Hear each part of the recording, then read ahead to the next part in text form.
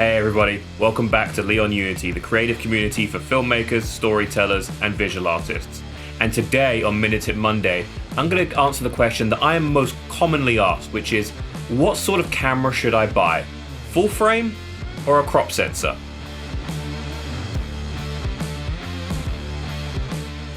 Now the camera sensor is the part of the camera that absorbs light and creates the image on your screen.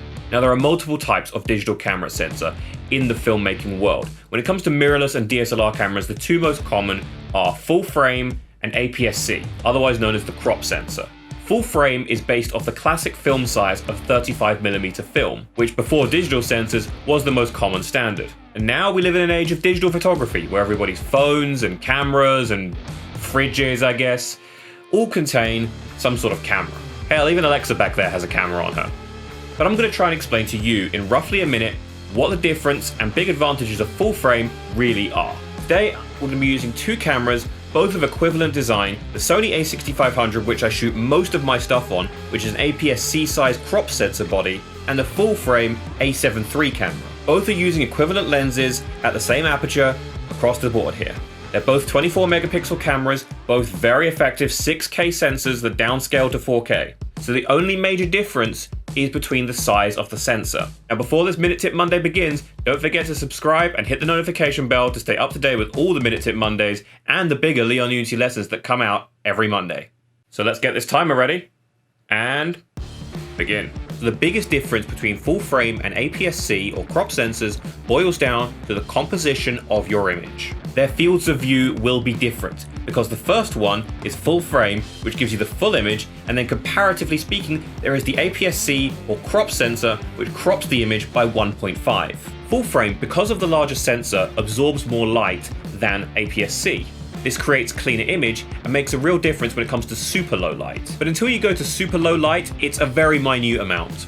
This has erroneously led to one of my biggest pet peeves about full frame cameras. If you have a full frame camera, you will get more background blur or bokeh, and therefore your image will look more cinematic. This is factually incorrect. In reality, the size of your sensor does not affect the amount of background blur.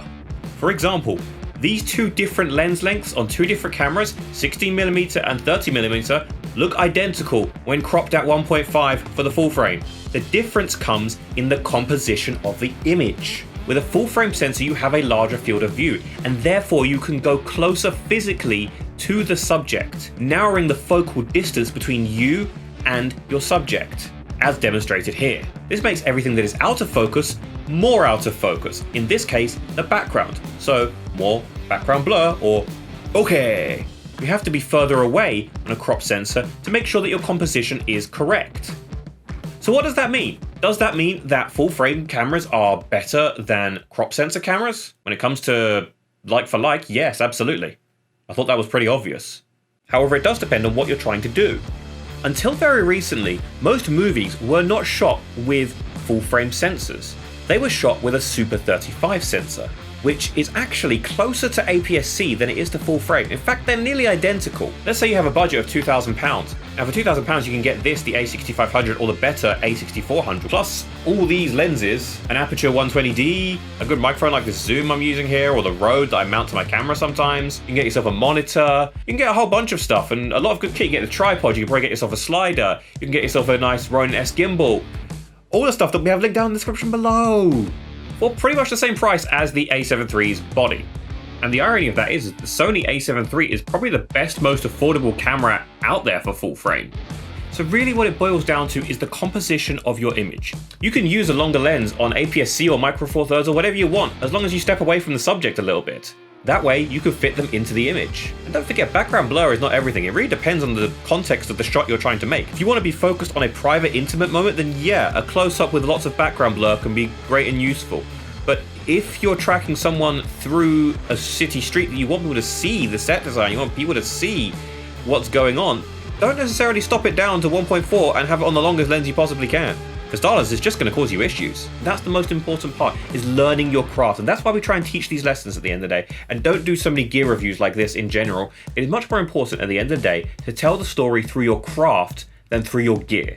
At the end of the day, what matters is your ability to get the right composition, the right image for your style and your subject and your story. At the end of the day, cinematography is just visual storytelling. Something I'm going to go into in more depth in a longer Leon Unity lesson. Special thanks to my very good friend Kelsey Ellison for being the model for this whole thing. You can check out her channel down below. She was very patient as I just went super close to her with a 16mm lens. She and I have been working for the past year on a film called Sisters of House Black. She's been working on it for about 2-3 years now. We just did a Q&A on her channel live. There's also a trailer that's just been released for that, so you can check that out. Find out more about Sisters of House Black with a link in the description or at the end of this video. If you like this video, don't forget to hit the like button and leave a comment below letting us know if you like these videos, if you want us to improve, what we think we could do to make them better, to really improve your skills, and what kind of topics you'd like us to cover in roughly a minute for minutes at Monday or in a larger Leon Unity lesson. Most importantly, get out there and create new worlds.